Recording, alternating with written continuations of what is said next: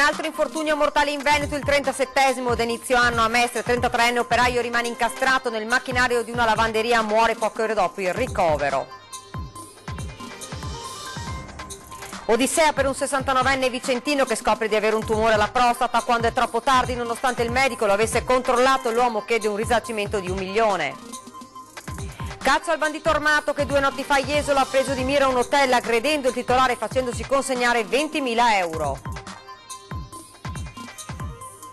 Il dossier per la candidatura Cortina Dolomiti alle Olimpiadi invernali del 2026 è pronto. Il comitato strategico riunito oggi ha condiviso il master plan, ma è tensione col Movimento 5 Stelle che preferirebbe Torino.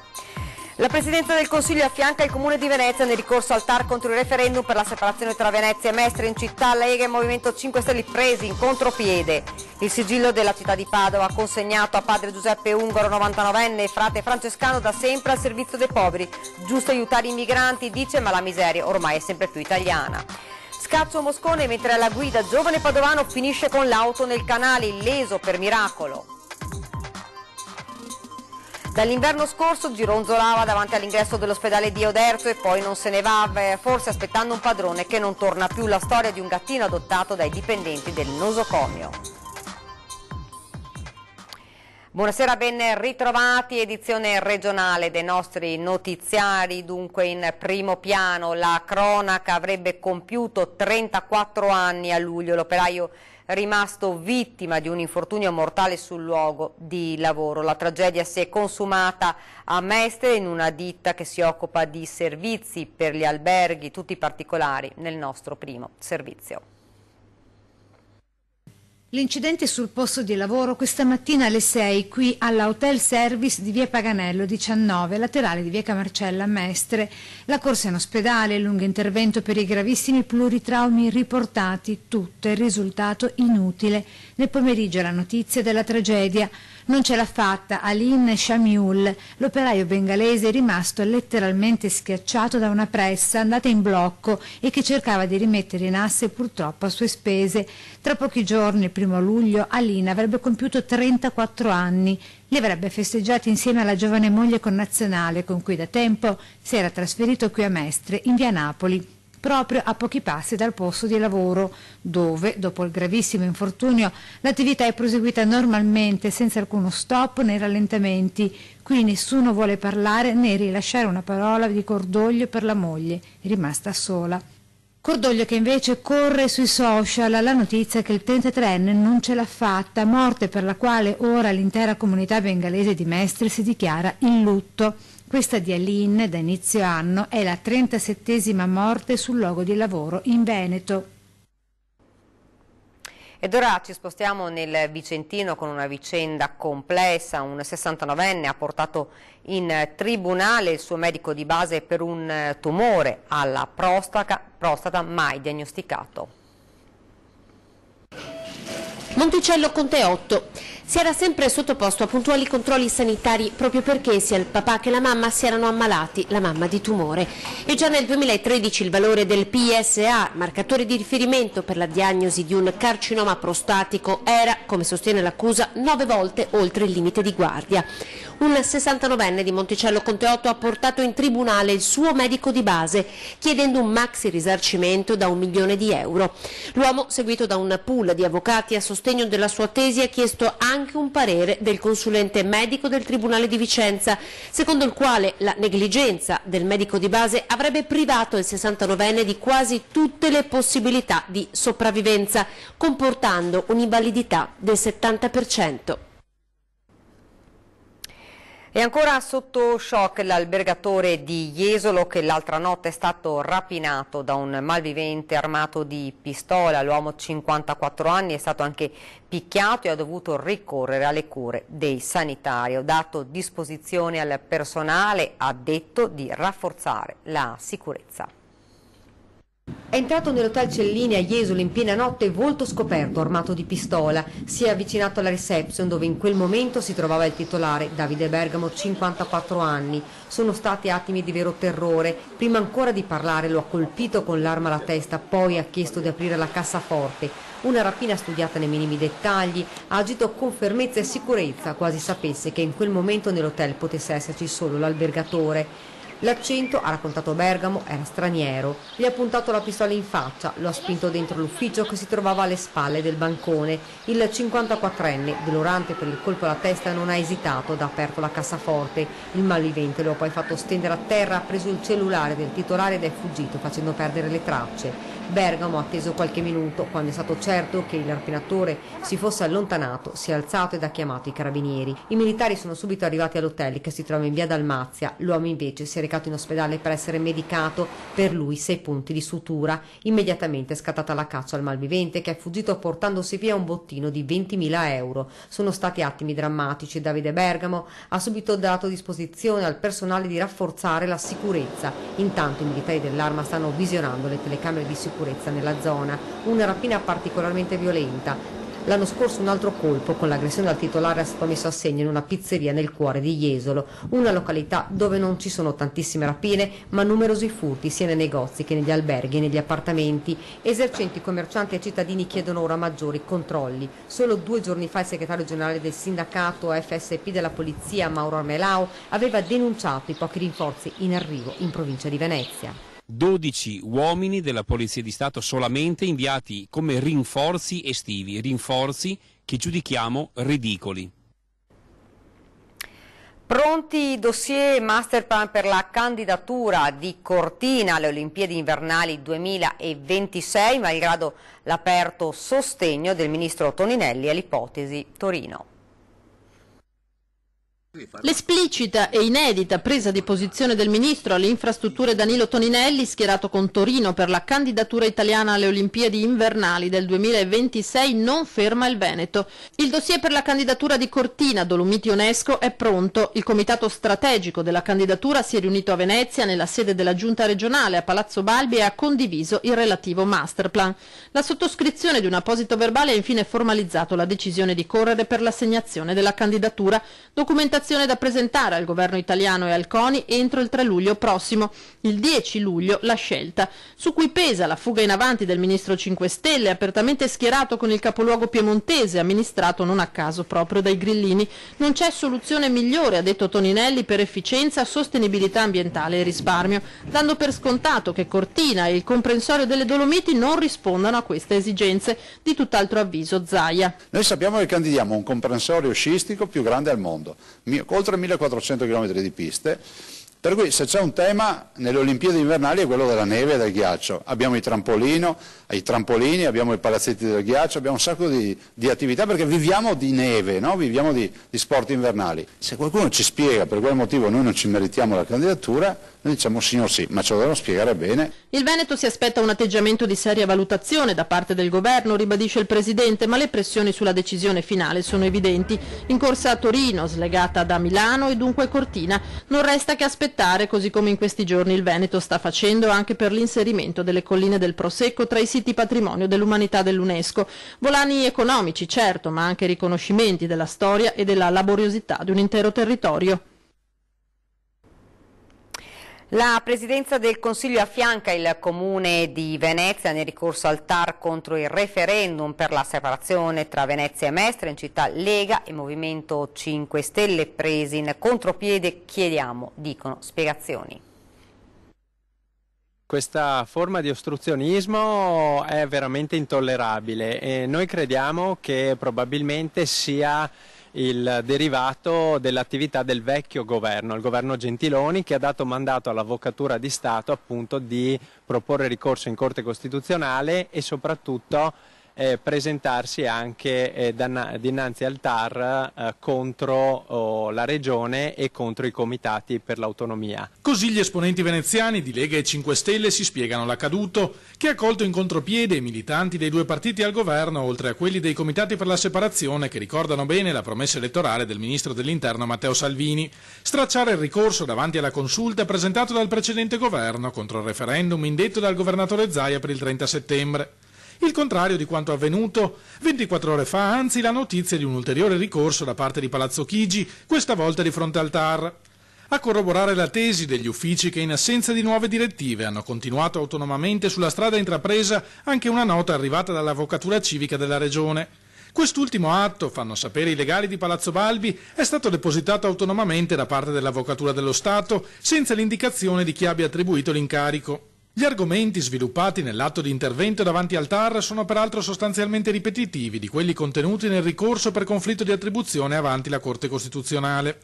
Ma i consiglieri comunali di Lega e 5 Stelle supporre non basta, vogliono una risposta chiara dal governo. Noi abbiamo sollecitato da subito, ieri, quando abbiamo avuto la notizia, i parlamentari nostri locali, ma anche quelli della Lega, insieme alla consigliera leghista Tosi, per far sì che venga fatta luce e che ci sia uno stop appunto a queste iniziative che riteniamo assolutamente pesanti per il normale svolgimento di uno strumento referendario che tende solo a far esprimere i cittadini. Abbiamo sollecitato in particolar modo l'azione del ministro Fraccaro per la democrazia partecipata e soprattutto del vice premier Salvini, che è competente come ministro dell'interno. Ed ora torniamo invece a San Donà, dove ricordate per la corsa a sindaco ha vinto il centro-sinistra. Furioso il vicegovernatore Forcolin, quindi dopo la sconfitta della Lega a San Donà, colpa di Forza Italia. Accuse gli amici di Renato Chisso hanno portato sotto banco i loro voti al PD. Sentiamo. La sconfitta della candidata leghista Francesca Pilla a San Donà è il frutto del tradimento di Forza Italia, secondo il vicegovernatore Gianluca Forcolin, che conta i voti ricevuti dal rieletto sindaco PD Andrea Cereser e attribuisce agli azzurri il risultato del ballottaggio, chiamando in causa l'ex assessore regionale Renato Chisso, scomparso dalla scena politica in seguito allo scandalo Mose. Leo aveva preso 2.400 voti circa, 1.000 sono arrivati da quell'area di centrodestra che fisiologicamente si sono opposti dalla parte della Pilla, gli altri sono andati da Cereser e quelli da Cereser li hanno portati i nemici di San Donà di Piave, quelli bocciati dalla storia, ossia Francesca Zaccariotto e Oliviero Leo, che hanno portato sul modello iesolano, il modello tanto voluto dal loro amico Renato Chisso, che è quello del modello Forza Italia PD, e quindi il sindaco Zoggia di Forza Italia con il vice sindaco del PD. Qua volevano fare il rovescio con il sindaco del PD.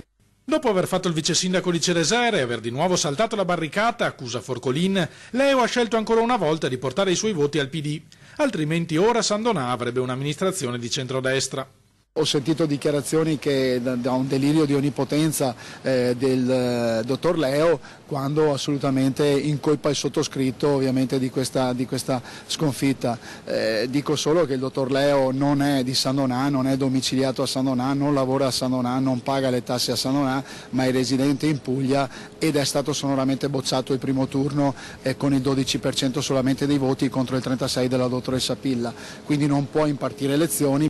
Alle elezioni del 4 marzo la Lega Sandonatese ha dimostrato la sua lealtà verso Forza Italia, ricorda il vicegovernatore, peccato che a parti invertite non sia avvenuto lo stesso. Vale la pena ricordare che l'onorevole Renato Brunetta è per esempio l'onorevole candidato sull'uninominale del nostro collegio. La Lega gli ha portato fino all'ultimo voto, è stato eletto grazie ai voti della Lega, se no lo ricordo sempre si chiamerebbe signor Renato Brunetta e invece è onorevole Brunetta. E questo si era riproposto di portare l'unificazione ovviamente del centrodestra e invece non ha fatto assolutamente niente, anzi proprio non l'abbiamo neanche più visto. Se a questo aggiungiamo appunto che la lista ha portato un misero 3,3% al 10 di giugno, quindi possiamo solo ripartire dalle ceneri ovviamente di questa forza politica.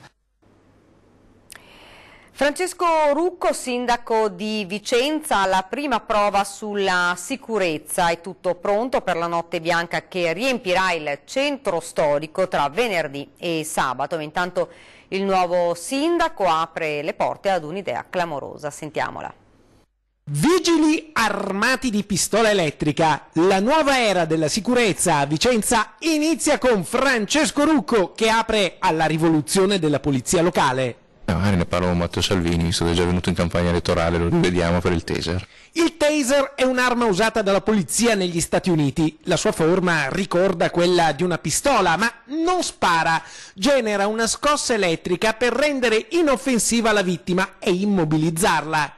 In Italia però il suo uso non è ancora consentito né ai privati né alla polizia, anche se è stato approvato nel 2014 un emendamento che punta ad avviarne la sperimentazione e Rucco propone Vicenza come apripista. E saremo disponibili anche a fare delle sperimentazioni.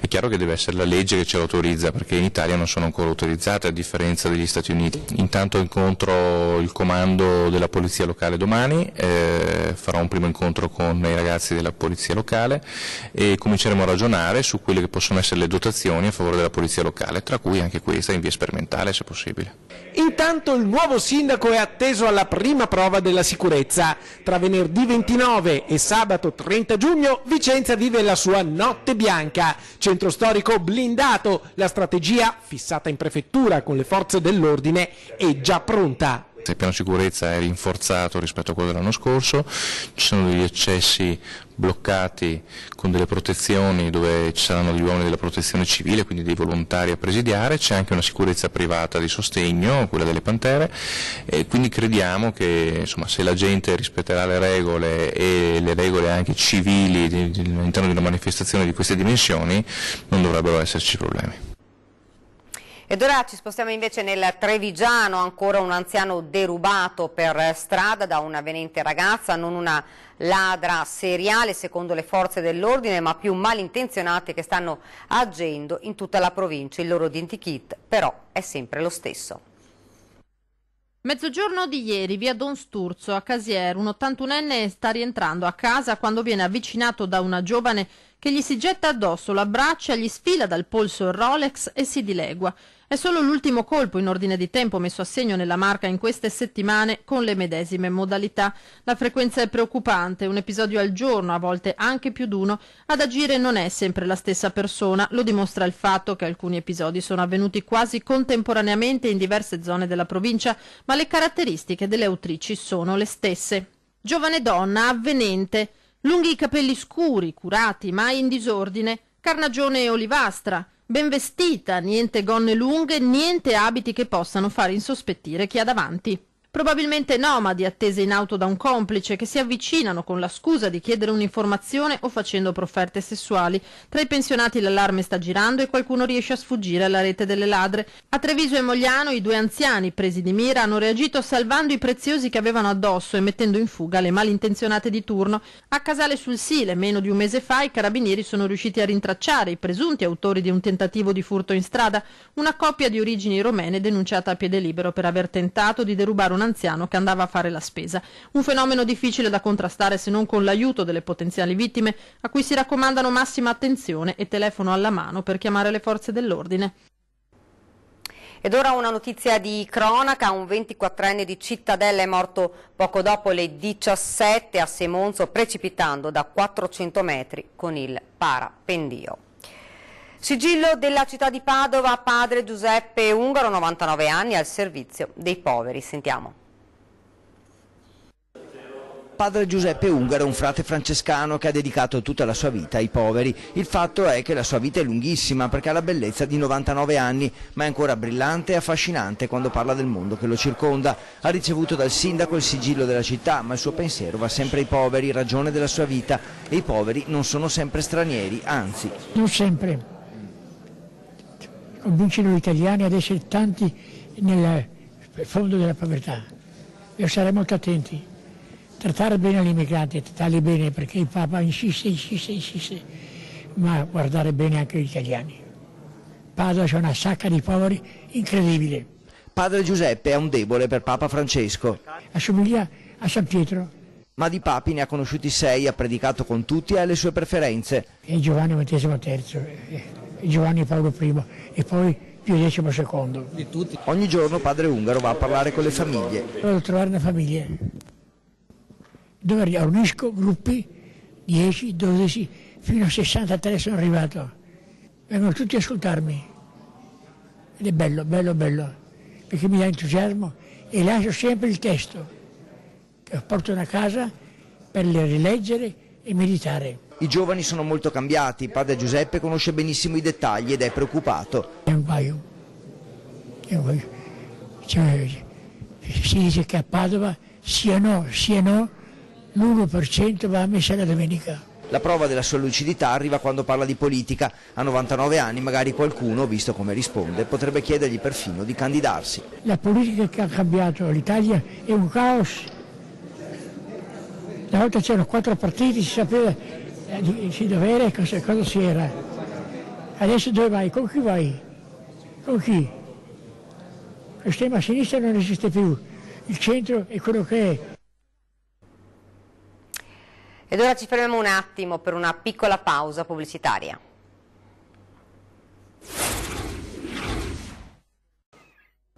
Siamo tornati nuovamente in studio con l'edizione regionale, siamo alla cronaca, incidenti stradali, fortunatamente illeso un giovane è finito con l'auto in un canale, sentiamo. Lozzo a Testino. Persino un moscone può rappresentare un pericolo se si guida in una strada stretta e piena di curve. Un moscone come quello finito nell'abitacolo di un'utilitaria guidata da un 18enne che nel tentativo di cacciare l'insetto ha perso il controllo dell'auto finendo nel bisatto. Fortunatamente illeso il giovane che è riuscito ad uscire da solo dalla macchina. Per ripescarla però sono state necessarie 2 ore di lavoro dei pompieri di Este e di Mestre intervenuti con il nucleo sommozzatori. Nell'appartamento scoppia un incendio, un uomo è stato svegliato e salvato dall'abbaiare del suo cane. Solesino, incendio al piano terra di un'abitazione in via Ippolito Nievo. A rimanere feriti sono stati l'anziano proprietario e il suo cane. L'uomo stava riposando sul divano quando l'abbaiare del cane l'ha svegliato, avvisandolo che nel frattempo era divampato un incendio. I pompieri arrivati da Este hanno spento le fiamme, evitando che si estendessero anche alle altre stanze e all'abitazione al piano di sopra. L'anziano è stato trasportato in ospedale per aver respirato del fumo e per alcune piccole ustioni. Necessarie le cure anche per il cane, che è stato assistito da un veterinario. Le cause dell'incendio sono al vaglio dei vigili del fuoco. Le operazioni di soccorso sono terminate dopo circa un'ora e mezza. Ed ora ci spostiamo nel Trevigiano con la storia di un gattino che da mesi arriva all'ospedale di Oderzo e lì si ferma. Sentiamo. Casa sua è questa, lei ha scelto la casa dell'ospedale e per cui è qua. Questa è la storia di Tenny, gatta che non si è fatta adottare da una famiglia per stare all'entrata dell'ospedale di Oderzo. È una storia dal libro cuore che sarebbe piaciuta a Petrarca come a Hemingway, solo per citare poeti e scrittori amanti di questi felini dal carattere davvero particolare. Come Tenny, classica tigrata europea che da oltre un anno non si allontana dalla struttura ospedaliera in riva al Monticano. A nulla è valso il tentativo di Carmen, la cassiera dell'ospedale che impietosita lo scorso inverno se l'è portata a casa. L'abbiamo ospitata così nel periodo proprio più freddo dell'inverno, infatti in quel periodo nevicava. Però lei ha sempre avuto questa tristezza nel cuore perché non si è adattata, non so per quale motivo, noi la coccolavamo, ma lei rifiutava le nostre coccole. E a lungo andare insomma ci siamo accorti che lei era un po' triste e che comunque non si sarebbe abituata a casa e allora a malincuore abbiamo deciso tutti e tre: riportala in ospedale e vediamo cosa succede. Lei il giorno dopo era tranquilla, felice, era bellissimo vederla. Fin qui sono i fatti, con la quotidianità di quella che potremmo definire la mascotte dell'ospedale Opitergino. Lei gira l'ospedale, gira tutte le parti, tutte le varie zone dell'ospedale all'aperto, però no, niente, io non l'ho mai vista dentro. Pulita, discreta, attenta a chi passa, sembra quasi attendere qualcuno che da qui è passato senza più ritornare. E lei sembra attenderlo, pazientemente, tenacemente, da cui Tenny, appunto. Con questo servizio si chiude il nostro telegiornale, è tutto, vi lascio ovviamente alle nostre previsioni del tempo, grazie davvero per averci seguito e buona serata.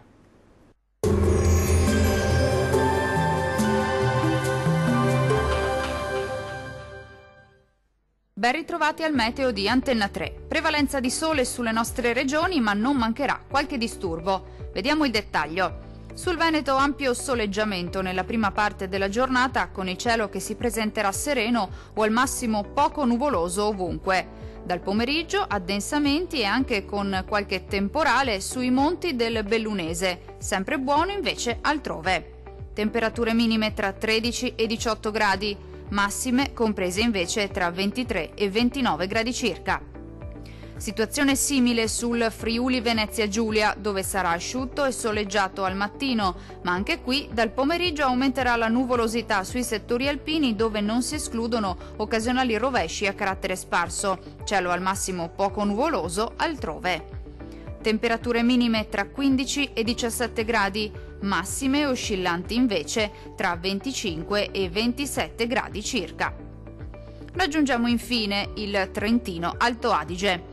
Al mattino qualche piovasco sui settori alpini di confine, altrove invece sarà soleggiato. Col passare delle ore non si esclude che gli acquazzoni possano riguardare un po' tutti i settori della nostra regione. Temperature minime tra 11 e 13 gradi, massime comprese invece tra 27 e 29 gradi circa. Dal meteo di Antenna 3 per ora è tutto. Arrivederci al prossimo aggiornamento.